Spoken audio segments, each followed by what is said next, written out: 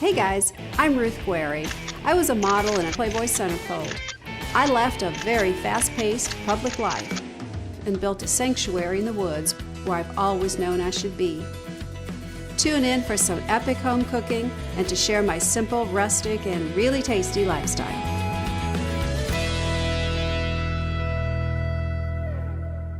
Hey guys, welcome to the cabin. I think pear and gingerbread upside down cake might be my very favorite cake. It's prepared in a cast iron skillet, so the pears become intensely caramelized with butter and molasses and walnuts. And the cake, it's rich and moist and spicy, and then you pile on the whipped cream. Oh, it's so good, it makes me weak. But enough talk, let's go make a cake. So the first thing we'll do to start our cake is to get our pears ready. So we're gonna peel the pears, and you wanna start out with nice firm pears for this recipe. Because if you start out with ripe pears, they just get mushy and fall apart, and you want them to hold their shape. Okay. Then cut the pear in half. And you want to take out the core, and the best thing I have found to use to core a pear, a firm pear, is a melon baller. For a ripe pear, a spoon would be best, but this works really well. So just get in there and take out all the seeds and the core, just like that. And then each pear you want to cut into 8 pieces. So cut it in half, and then cut the half in half. Just like that. And then I like to come in, and if any of the edges are jagged, just come in with a little paring knife and clean up the edge, because you will see these pears. This is going to become the top of your cake because it's inverted. It's an upside down cake. It's an optional step, but it just makes them look prettier.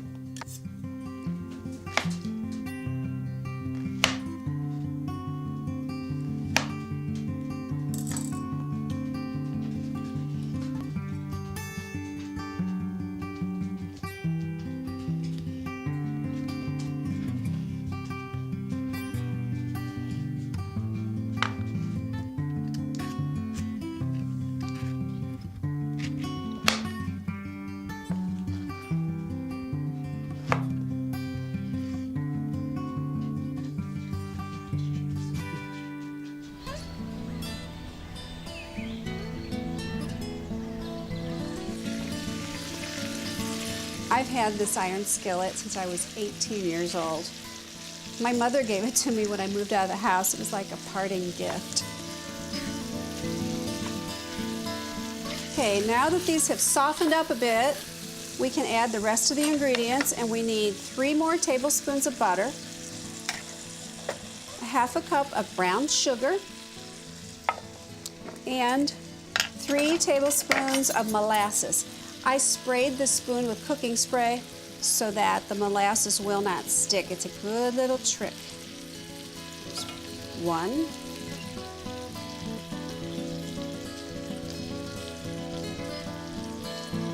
2,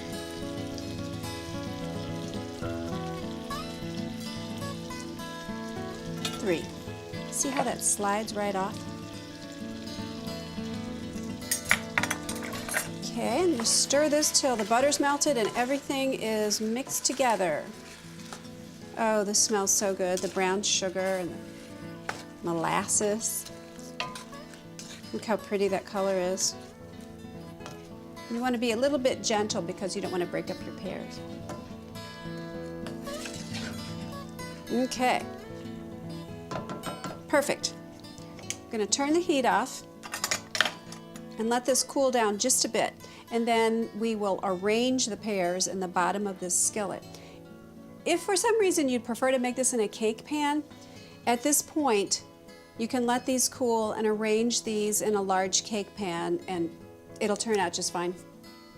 But the things just become more caramelized and more intense, and the color's deeper and richer in an iron skillet, but you could use a cake pan.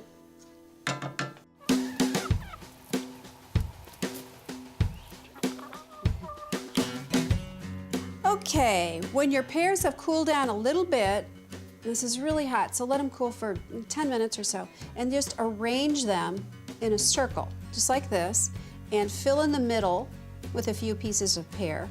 And you don't have to go crazy, but make it as pretty as you can because remember, it's inverted, so this will be the top of your cake. So once you have those arranged, you're going to sprinkle on your walnuts. Just sprinkle them on evenly over the pears, right in there like that. Good. And this is crystallized ginger, and I've chopped it up into pretty fine pieces. And what you want to do is mix this with a little bit of flour so it doesn't stick together, otherwise it kind of clumps up. So then sprinkle on your crystallized ginger. This is so good. The ginger is amazing. All these ingredients and flavors work so well together. Okay, now that's it for the pear mixture. And now we will mix up our dough to pour over the top, our cake mixture.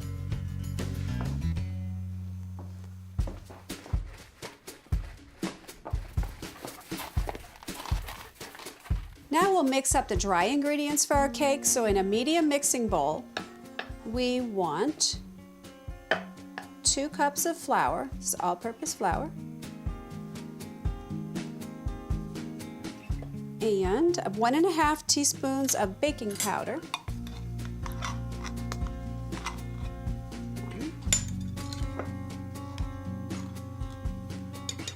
2 teaspoons of cinnamon.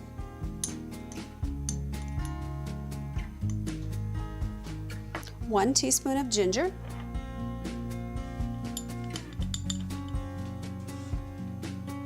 1/4 teaspoon of salt.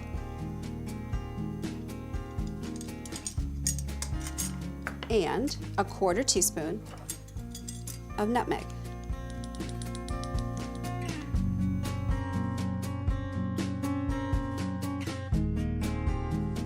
Okay, we'll cream together 1 cup of butter and 1 1/4 cups of sugar.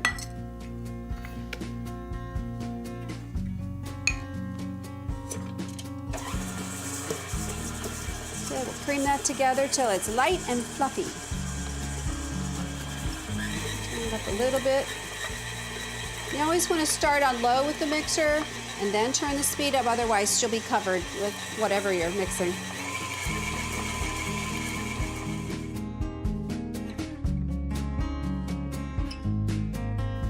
Okay, next we'll beat in our eggs. Remember to crack them over a separate bowl. We're going to beat in 1 egg at a time. Turn that on.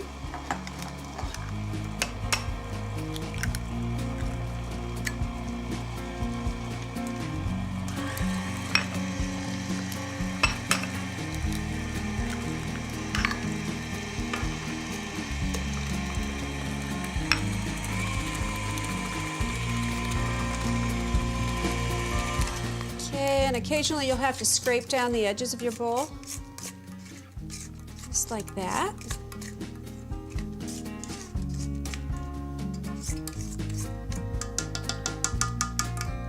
Okay.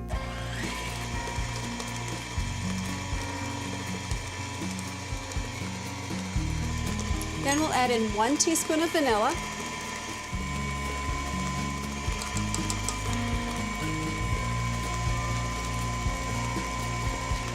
And 1 teaspoon of grated orange zest. Now we'll add in the flour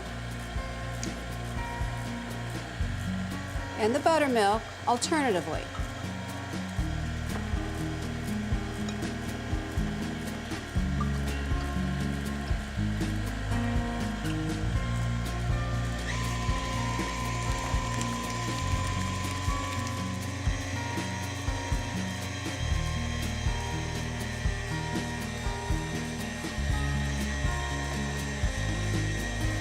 Just beat that till it's well combined.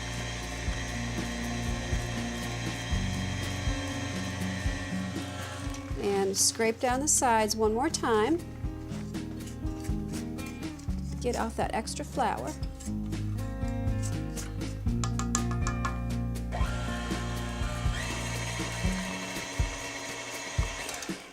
And that does it.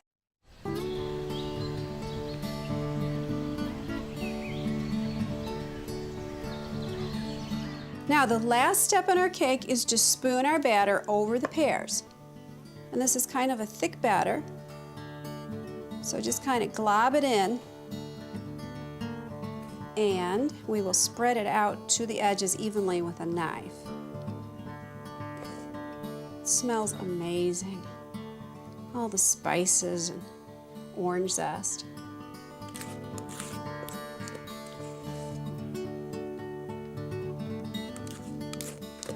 One more big glob.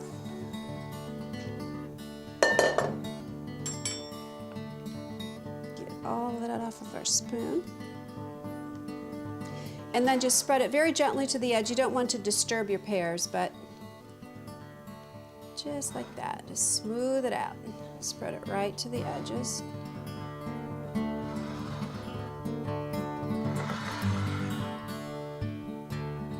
Good.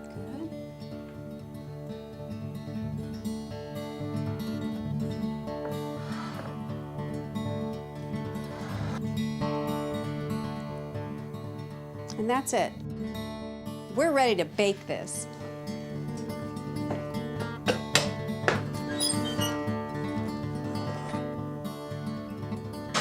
Alrighty, that is heavy. So this bakes for about 35 minutes, 35 to 40 minutes at 350.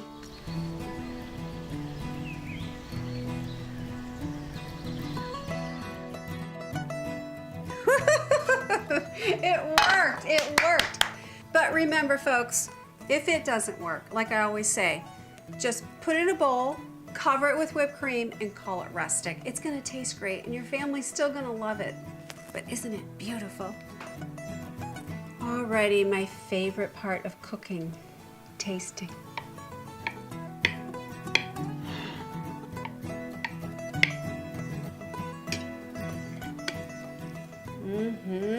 Perfectly done. And we'll pile on the whipped cream. Okay, here goes.